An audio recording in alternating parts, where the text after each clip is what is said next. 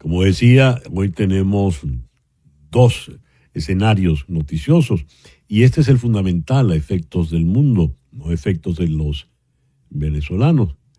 Este es el escenario, esta es la Plaza de San Pedro en Roma y esta imagen que estamos viendo en este momento es en vivo. Esto es lo que está ocurriendo allí.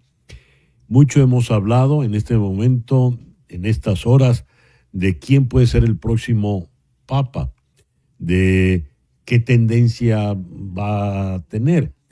Pero antes de entrar en lo que sea, lo que será el futuro de la Iglesia Católica, hablemos un momento, vamos a detenernos en la figura del Papa Francisco, en la figura de Bergoglio, porque fue determinante y lo que venga de ahora en adelante tendrás, para bien o para mal, su sello.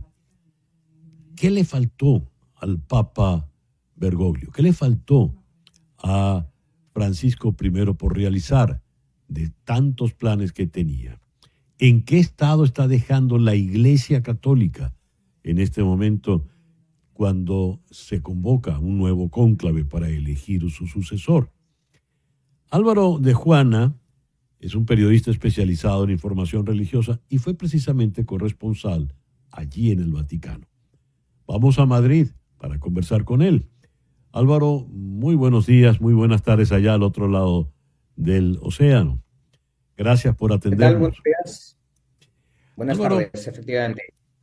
Álvaro, ¿qué le faltó a Francisco por realizar? ¿En qué estado está dejando la Iglesia Católica para su sucesor? Bueno, yo creo que estos días se está hablando con esas reuniones precónclave también un poco de la división interna que hay en la Iglesia, ¿no? Ujú, Con su fallecimiento ha vuelto a salir un poco todo esto. Ya sabemos que hay muchas sensibilidades entre los propios cardenales y también entre los propios fieles, entre los propios católicos. Bueno, y quizá los últimos años de pontificado han sido un poco así, ¿no? Hay algunos, o hay quien dice que no ha puesto orden en ciertas cosas o que era un poco confuso con algunas decisiones, ¿no? Entonces quizá el nuevo pontífice se enfrenta a esto y Francisco fue algo que dejó un poco pues sin terminar de arreglar o de atar, ¿no? Esa ujú. desunión o esa división interna en la iglesia. Luego sabemos el tema de los abusos que continúa ahí, en la transparencia en las finanzas del Vaticano, y yo creo que algo que le preocupaba mucho al Papa, también la sinodalidad, ¿no? Hemos estado viviendo el Sí. sínodo durante 2 años y pico de la sinodalidad, pero algo que le preocupaba mucho al Papa y era la evangelización, la misión a los alejados, ¿no? Eso yo creo que Ujú, fue uno de los ejes fundamentales. No sé si lo consiguió del todo, es verdad que acercó a muchos, abrió las iglesias, ¿no? Él decía ujú, que la iglesia tenía que ser un hospital de campaña, tenía que abrir sus puertas, salir de los templos, digamos, para ir en busca de la oveja perdida, ¿no? ujú. Pero no sé si eso lo logró del todo o ha sido así, ¿no? Porque también los propios fieles o muchos dicen, vale, Francisco intentó contentar a los de fuera, pero sin embargo a los de dentro pues no nos ha contentado mucho, ¿no?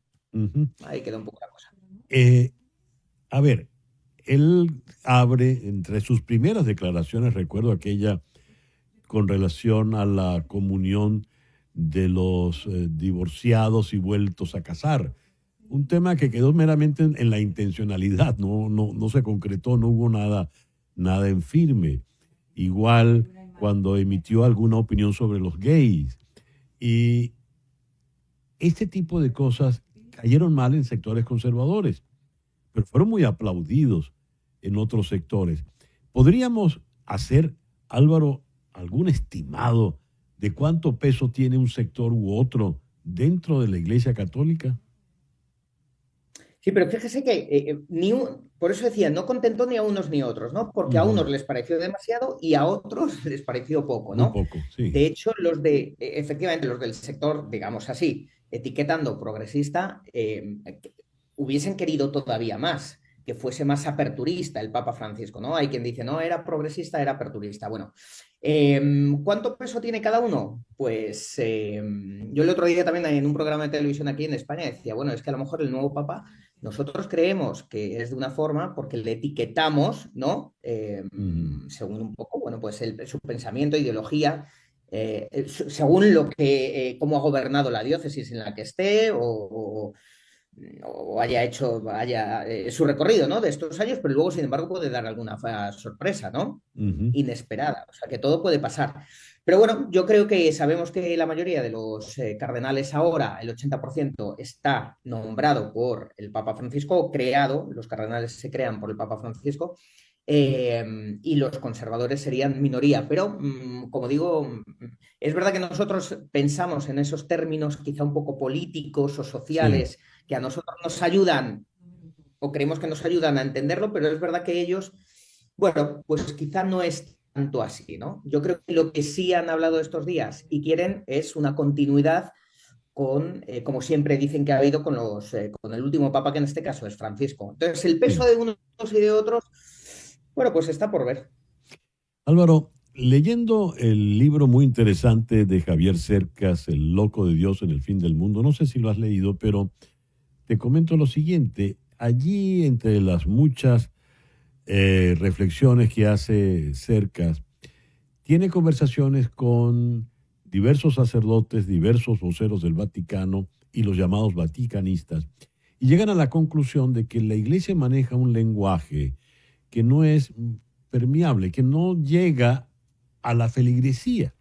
Por ejemplo, la feligresía no sabe, acaba, y me viene esta reflexión, porque hablaste de la sinodalidad. Ujú.